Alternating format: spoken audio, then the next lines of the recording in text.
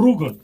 Nëse do që një krahin ta zhukësh prej komunikimit, e po kjo që po ndodh në krahinën tonë, sa banor që janë larguar për një shkollim e për një jetë më të mirë, për fëmijët e tyre, sa të tjerë rrinë me shpresë se diçka do të ndryshojë, e po pa një rrugë nuk mundet të ndryshojë asgjë.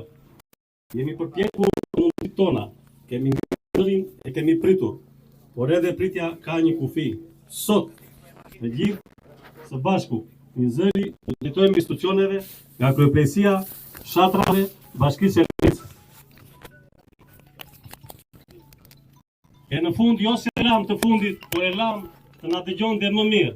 Zoti kryeministër, Zoti Edi Rama, Shqipëria është po aq sa e madhe, po aq dhe e vogël, për të vizituar e për të shkelur me këmbë, jo vetëm në zonës, por dhe nga turistët, që na kanë që të fatë eksplorojnë në zonën tonë.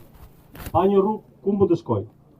Mund të përjashtojnë mirë arsye se duhet të rrugë, por ja, gjëra të vjen dhe gjëra që ndodhin.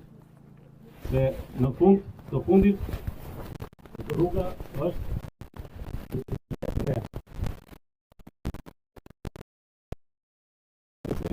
e nuk kërkoj dhe rruga që nuk bëhet, por nuk do na heqin dhe këto rrugë gjysmake që kemi. Është koha që zëri ynë të dëgjohet.